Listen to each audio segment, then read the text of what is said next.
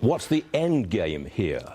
Could you eventually get to a point where there's that you've got a huge economy, you've conjoined, you've merged the economies of Canada and the United States? Can you get to that point, you think? Well, the best way, the president has said it, the best way to actually merge the economies of Canada and the United States is for Canada to become our 51st state. If they want to merge it, that's how you make it the 51st state. We just did an interview with Howard Lutnick, Commerce Secretary. You maintained that there were 3 news items in that interview. Go. Number 1, he recognizes an election coming in 90 days in Canada, wants a new federal leader, would rather negotiate a pan-Canadian deal versus province by province as he's doing now. Number 2, he wants to bring down the heat and the rhetoric right now between Ontario and the U.S. Smart move, because Ontario is a very important partner in terms of trade to 17 different states.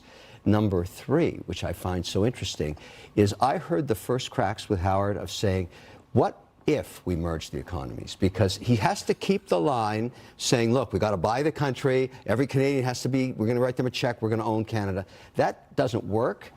But the merging of the economy is an obvious, huge opportunity to ward off China, and that's the beginning of that road. Well, one thing I picked up on was, look, the steel and aluminum tariffs stay on until we've got a strong domestic industry. Pretty hard. It'll take a very long time to get a strong domestic aluminum and steel industry. We don't have the electricity to make the aluminum in the U.S. right now. That's the problem. Copper, too. The grid is tapped out, so it's a big problem.